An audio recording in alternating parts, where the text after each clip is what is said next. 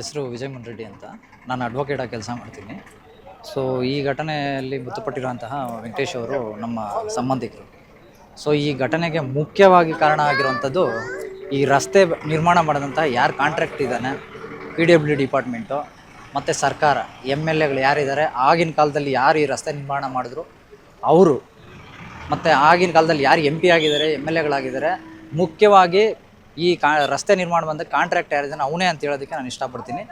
ಅವ್ರ ವಿರುದ್ಧ ನಾವು ಕಾನೂನು ಕ್ರಮ ಕೂಡ ನಾವು ಮಾಡ್ತೀವಿ ಅಂತ ಕೂಡ ಈ ಒಂದು ಸಂದರ್ಭದಲ್ಲಿ ಹೇಳೋದಕ್ಕೆ ಇಷ್ಟಪಡ್ತೀನಿ. ಅದೇ ರೀತಿ ಈಗ ಏನಿದ್ದಾರೆ ಸರ್ಕಾರದವರು, ದಯವಿಟ್ಟು ನಾನು ಒಂದು ರಿಕ್ವೆಸ್ಟ್ ಮಾಡೋದೇನೆಂದರೆ, ಈ ರಸ್ತೆಯಲ್ಲೆಲ್ಲ ಪ್ರತಿ ತಾಲೂಕಿಗೆ ಕನೆಕ್ಟ್ ಆಗುವಂಥ ಪ್ರತಿಯೊಂದು ರಸ್ತೆಯಲ್ಲೂ ಇವತ್ತಿನ ದಿನ ಸುಮಾರು ಸಾವಿರಾರು ವೆಹಿಕಲ್ಸ್ ಓಡಾಡ್ತದೆ. ರಸ್ತೆ ನೋಡಿದ್ರೆ 10 ಅಡಿ 20 ಅಡಿ ಇದೆ. ಎಲ್ಲ ತಾಲೂಕುಗಳಲ್ಲೂ ಇದೇ ಕಥನೆ. 10 ಅಡಿ 20 ಅಡಿ ಒಂದು ರಸ್ತೆಯಲ್ಲಿ ಸಾವಿರಾರು ವೆಹಿಕಲ್ಸ್ ಓಡಾಡ್ತದೆ.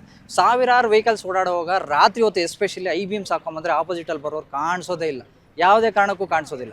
ಈ ಕೆರೆ ನೋಡ್ಬೋದು ನೀವು. ಈ ಕೆರೆಗೆ ರಸ್ತೆಗೆ ತಡೆಗೋಡೆ ಇಲ್ಲದೆ ಇರೋ ಪರಿಣಾಮನೇ ಇವತ್ತಿನ ದಿನ ಈ ದುರ್ಘಟನೆ ನಡೆಯೋದಕ್ಕೆ ಪ್ರಮುಖ ಕಾರಣ ಅಂತ ಹೇಳೋದಕ್ಕೆ ಇಷ್ಟಪಡ್ತೀನಿ.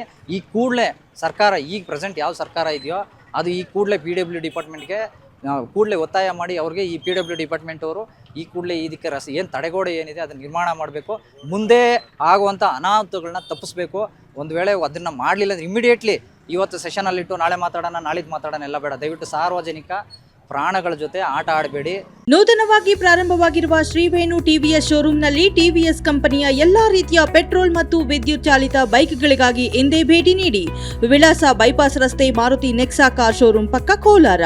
ಹೆಚ್ಚಿನ ಮಾಹಿತಿಗಾಗಿ ಸಂಪರ್ಕಿಸಿ 9986833899 ಅಥವಾ 9986933299. ಅದು ಯಾವುದೇ MLA ಆಗಿರಲಿ, ಯಾವುದೇ ಸರ್ಕಾರ ಆಗಿರಲಿ, ಯಾರೇ ಆಗಿರಲಿ, ನೀವು ಈ PWD ಡಿಪಾರ್ಟ್ಮೆಂಟು ಎಷ್ಟು ಒಂದು ಭ್ರಷ್ಟ ಅನ್ನೋದು ಇಡೀ ಎಲ್ಲರಿಗೂ ಗೊತ್ತಿರೋದು, ಎಲ್ಲ ಸರ್ಕಾರದಲ್ಲೂ ಇರೋದು. ಆದರೆ ದಯವಿಟ್ಟು ಮನುಷ್ಯರ ಪ್ರಾಣ ಜೊತೆ ಆಟ ಆಡಬೇಕು. ನಿಮ್ಮ ಜೋಬುಗಳು ಬೇಕಾದ್ರೆ ಎಷ್ಟು ಬೇಕಾದ್ರೂ ತುಂಬಿಸ್ಕೊಳ್ಳಿ, ಆದರೆ ದಯವಿಟ್ಟು ತಡೆಗೋಡೆ ನಿರ್ಮಾಣ ಮಾಡಿ ಸಾರ್ವಜನಿಕರಿಗೆ ಅನುಕೂಲ ಮಾಡಿಕೊಡ್ಬೇಕು. ಮತ್ತು ಸಾರ್ವಜನಿಕರಿಗೆ ಯಾವುದೇ ಒಂದು ಪ್ರಾಣ ಹೋಗಬಾರ್ದು. ಒಂದು ಪ್ರಾಣ ಕೂಡ ಇಂಪಾರ್ಟೆಂಟ್. ನೀವು ಬೇಕಾದ್ರೆ ಏನು ಬೇಕಾದ್ರೂ ಮಾಡ್ಕೊಳ್ಳಿ, ಏನು ಬೇಕಾದ್ರೂ ನಾವು ಪುನಃ ವಾಪಸ್ ಕೊಡೋದು. ಕೈ ಮುರಿದೋದ್ರೆ ಕಾಲು ಆಲ್ಟರ್ನೇಟ್ ಇದೆ, ಪ್ರಾಣಕ್ಕೆ ಆಲ್ಟರ್ನೇಟ್ ಇಲ್ಲ. ದಯವಿಟ್ಟು ಇದನ್ನು ಈ ಕೂಡಲೇ ಸರ್ಕಾರದವರು ಇದನ್ನ ಬಗ್ಗೆ ಗಮನ ಹರಿಸಿ ದಯವಿಟ್ಟು ತಡೆಗೋಡೆ ನಿರ್ಮಾಣ ಮಾಡಬೇಕು ಅಂತ ನಾನು ಕೇಳ್ತೀನಿ.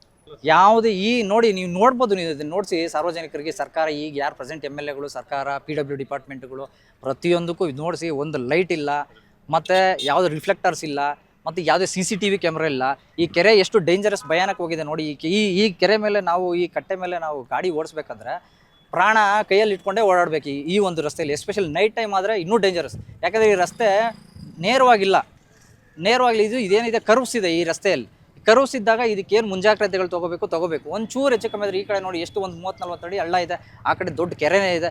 ಸೊ ಇದರಿಂದ ಜನಗಳ ಪ್ರಾಣನ ಭಯದಲ್ಲಿ ಕೈಯಲ್ಲಿ ಇಟ್ಕೊಂಡು ಓಡಾಡಬೇಕಾಗುತ್ತೆ. ಸೊ ಅದರಿಂದ ಸರ್ಕಾರದವರು ಈ ಕೂಡಲೇ ಗಮನ ತೊಗೋಬೇಕು. ಈ ಪ್ರಾಣಕ್ಕೆ ಅವರು, ಈ ಸರ್ಕಾರ ಮತ್ತು PWD ಡಿಪಾರ್ಟ್ಮೆಂಟು ಈ ಪ್ರಾಣಕ್ಕೆ ಏನು ಕಾಂಪನ್ಸೇಷನ್ ಕೊಡಬೇಕೋ ದಯವಿಟ್ಟು ಕೊಡಬೇಕು ಅಂತ ನಾನು ಒತ್ತಾಯ ಮಾಡ್ತೀನಿ.